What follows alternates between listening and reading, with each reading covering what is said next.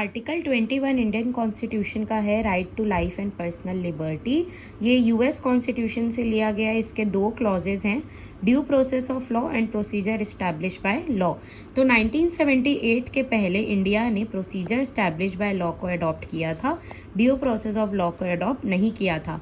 लेकिन एक बहुत ही इंपॉर्टेंट केस है मेनका गांधी केस, जो कि 1978 में हुआ था, जिसके बाद इंडिया ने दोनों ही चीज़ों को अडॉप्ट कर लिया। तो मेनका गांधी केस ये था कि किसी रीज़न की वजह से विदाउट एनी इन्फॉर्मेशन इनका जो पासपोर्ट है वो इंडियन गवर्नमेंट ने सीज कर लिया था। तो मेनका गांधी ने कोर्ट में केस फाइल किया था। तो प्रोसीजर एस्टैब्लिश बाय लॉ और ड्यू प्रोसेस ऑफ लॉ दोनों ही अब हमारे देश में है। So due process of law ये कहता है कि कोर्ट्स के पास ही सारी जो है वो पावर होंगी, यानी कि वो लेजिस्लेटिव को, एग्जीक्यूटिव को क्वेश्चन कर सकता है एंड लॉ भी बनाने का हक सिर्फ कोर्ट को है।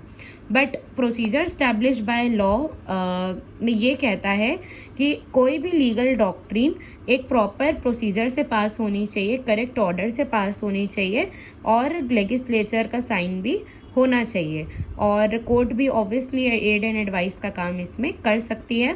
So due process of law को लाना चाहते थे doctor BR Ambedkar, but constituent assembly के एडवाइस के बाद प्रोसीजर इस्टेब्लिश बाय लॉ को इंडिया में लाया गया। अब दोनों ही हैं हमारे इंडिया में।